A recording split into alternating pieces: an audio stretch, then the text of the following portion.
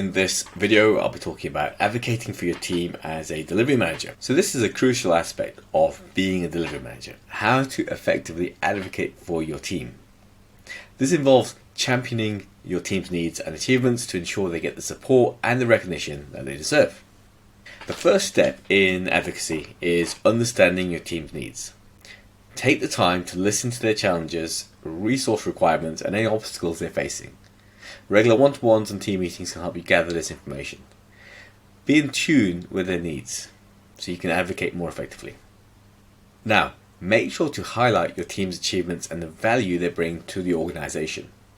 Share successes and milestones with senior leaders and stakeholders.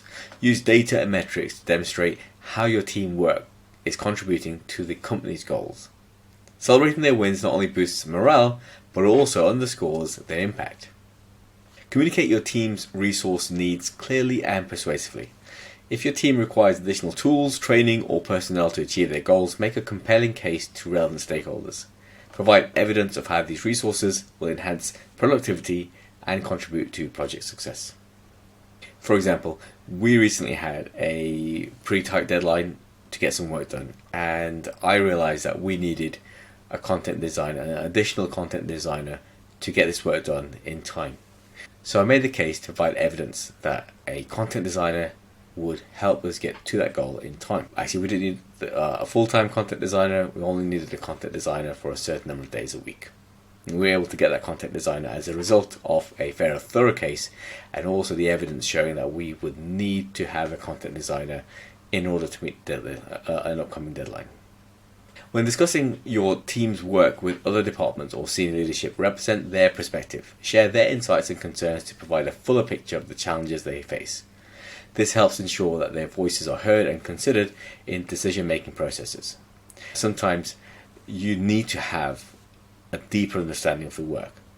If your developers are working on something and actually they need some assistance, with some challenge, you need to have a fairly good understanding of what that is.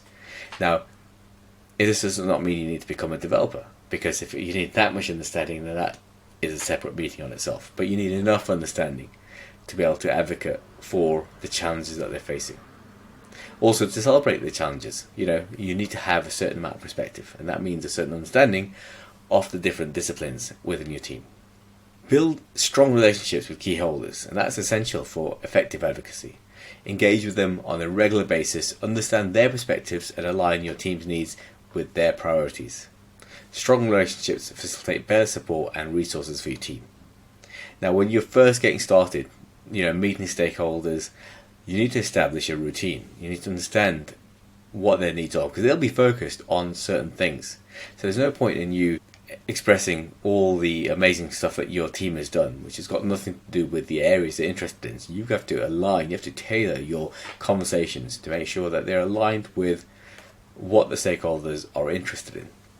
Doesn't mean ignoring everything else your team has done, but you want to tailor your feedback to the stakeholders. You want to tailor your updates to the stakeholders, and that builds that relationship, because then the stakeholders themselves feel heard, and that's a super important part of dealing with stakeholders and having a relationship which is actually productive for both sides.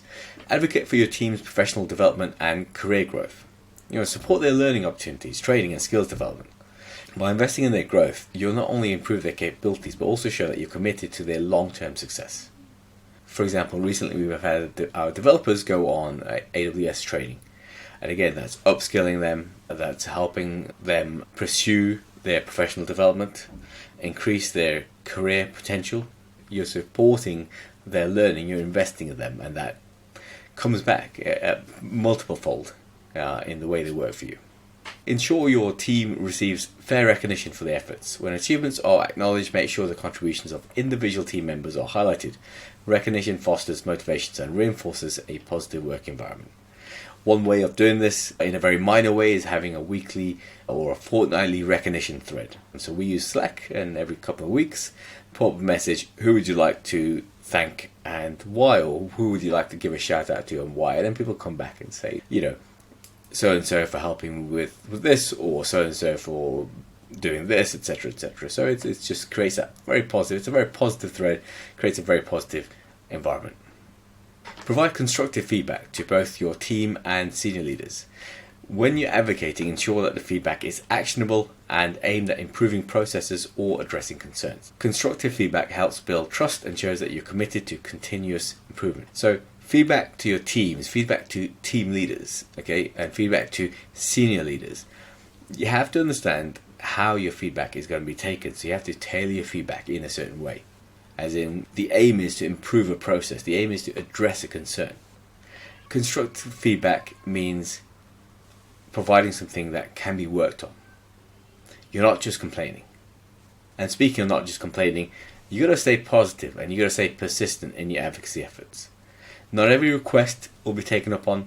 Not every concern will be immediately addressed. But maintaining that positive attitude and being persistent will demonstrate your commitment to your team's success and increase your chances of a favourable outcome.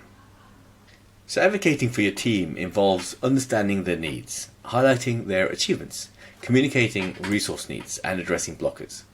Represent their perspective, build strong relationships with stakeholders and support professional development. Ensure fair recognition and provide constructive feedback. Finally, as I said, stay persistent and positive to effectively champion your team's needs.